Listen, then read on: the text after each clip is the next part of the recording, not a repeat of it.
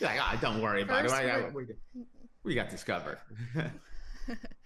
First, we're going to cover Brock Purdy. There was some stuff released saying that Brock Purdy said the 49ers wanted Tom Brady as a starting quarterback. That Kyle Shanahan said he wanted Tom Brady, and it seemed that Purdy seemed a little agitated by this. I got this quote. Purdy said, "Yeah, he's the GOAT, I get it, but something deep down inside me was sort of like, dude, I just showed you that I can play well in the system, and we were one game away from the Super Bowl. More than anything, I was like, okay, now let's go," unquote. I thought Brady's not playing anymore, is he? He retired. Right, he retired. He retired. This was his first year. He retired. And when this was brought to me and I saw this, I sometimes in a situation in life, you can have differing opinions and they both can be right.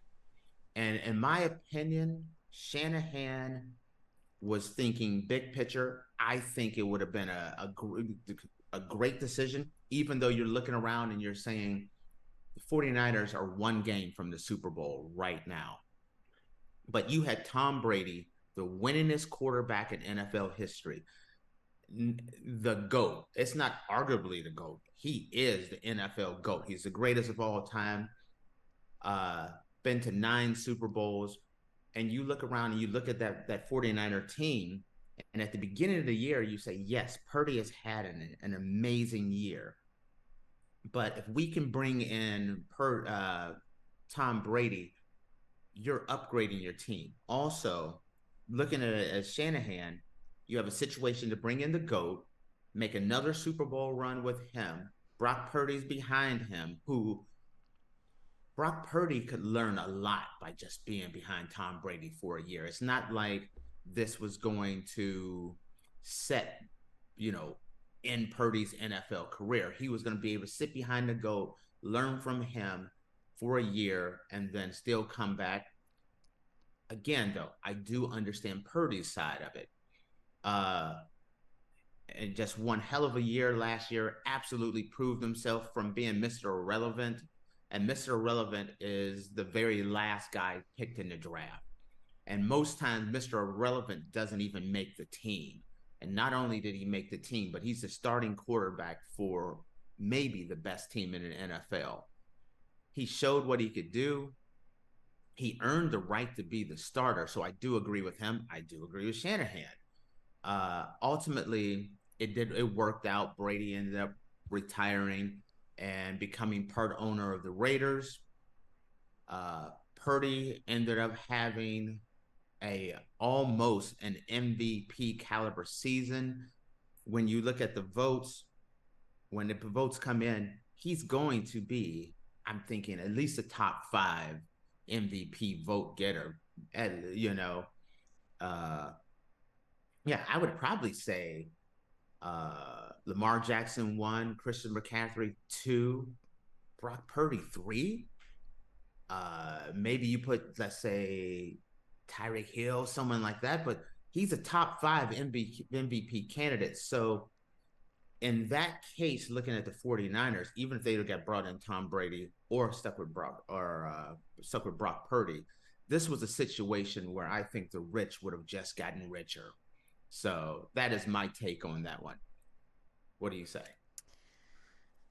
Yeah, I think what I read correctly, they did offer Brady the position, but he did pass. But honestly, I think almost any team outside of Kansas City and maybe Buffalo, you're going to consider bringing in Tom Brady. Yeah.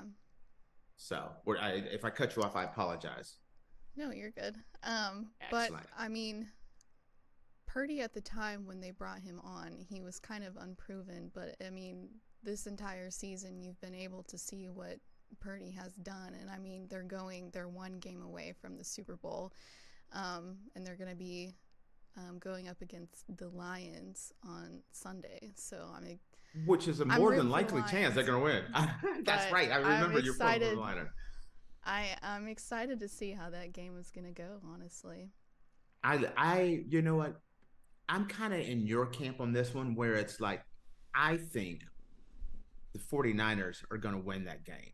They're at home. They're the better team. They have more talent. I think they have better coaching.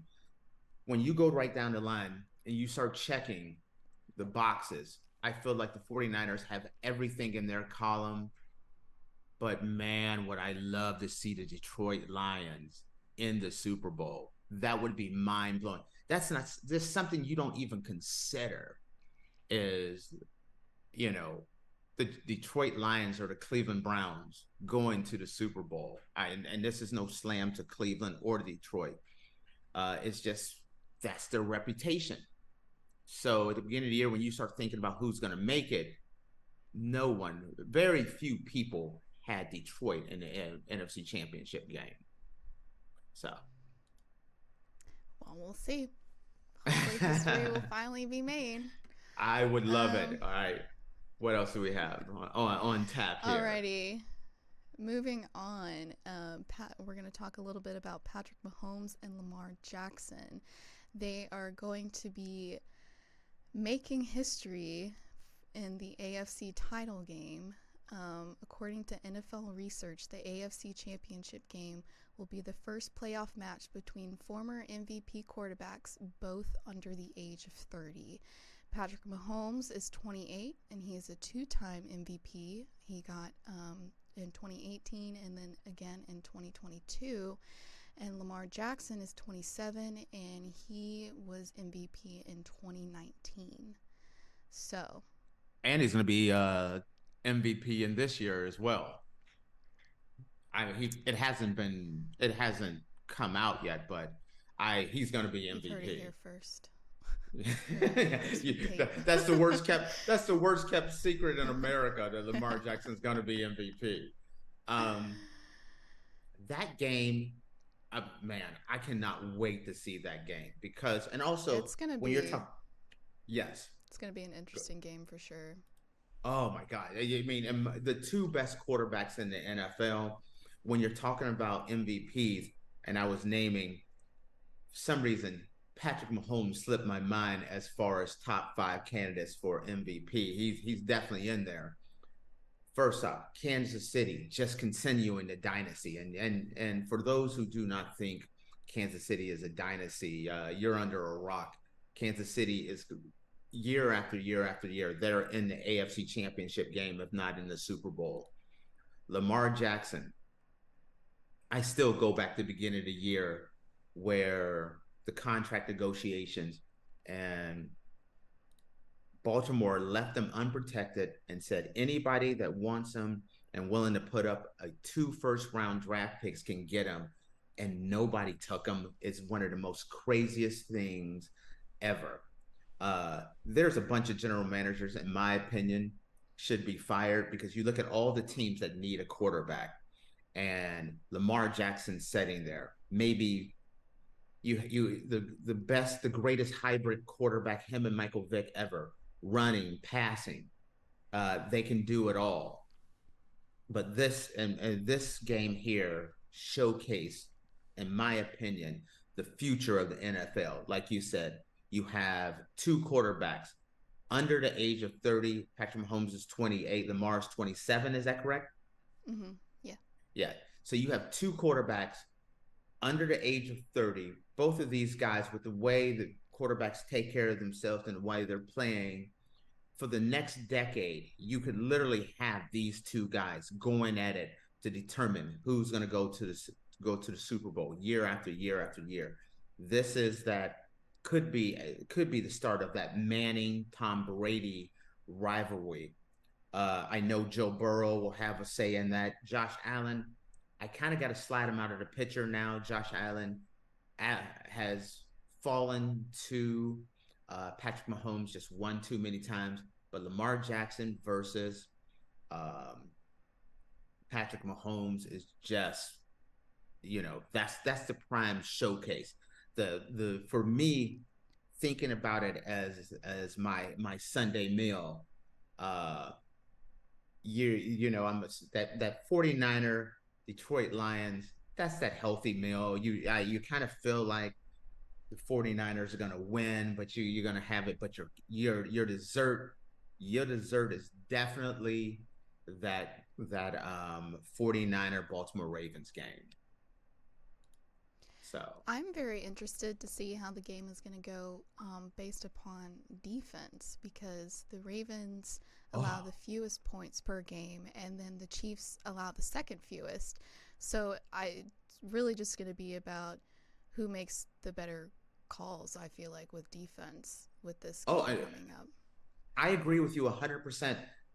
This is a statement that gets dismissed so many times about defense makes wins championships, and just like you just gave the stat, the number one uh, defense against for people teams going against them is Kansas City, or no, Baltimore, then Kansas City. You look at the 49ers defense, which is which is stellar, and Detroit's defense is nothing to sneeze at either. You have four teams that are very solid on the defensive side, and then you also have four teams that are very solid at quarterback. These are these two things you must have to contend for a Super Bowl, and that's what makes this weekend so interesting.